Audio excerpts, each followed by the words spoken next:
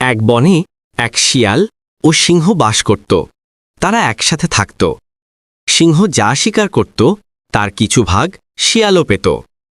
একদিন সিংহ অসুস্থ হয়ে পড়ল এবং শিয়ালকে বলল, আজ তুমি শিকার ধরে নিয়ে এসো, আমি আজ পারছি না। শিয়াল বলল, ঠিক আছে মহারাজ।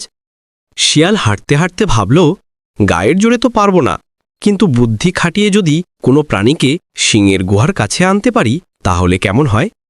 এই ভেবে সে হাঁটতে লাগল। কিছু দূর যেতেই তার দেখা হলো এক গরুর সঙ্গে। শিয়াল গরুকে ভুলিয়ে ভালিয়ে সিংহের গুহার কাছে নিয়ে গেল, কিন্তু গরু হঠাৎ কিছু বুঝে ফেলে পালিয়ে গেল। সিংহ রেগে বলল, গরু তো পালিয়ে গেল, এবার আমি তোকে খাব।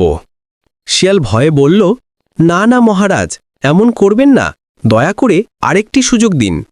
এই বলে শিয়াল আবার শিকারের খোঁজে বেরিয়ে পড়ল।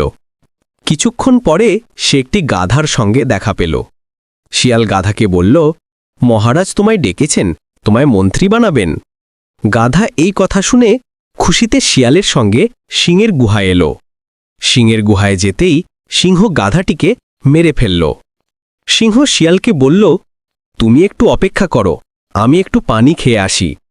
সিংহ চলে যেতেই শিয়াল গাধার মাথার মগজ খেয়ে ফেলল। সিংহ ফিরে এসে খেতে বসল, কিন্তু দেখল গাধার মাথায় মগজ নেই। সে শিয়ালকে জিজ্ঞেস করল, এই প্রাণীর মগজ কোথায়? শিয়াল বলল, মহারাজ, এই প্রাণীর কোনো মগজ নেই, তা না হলে সে কি আমার সঙ্গে আসত?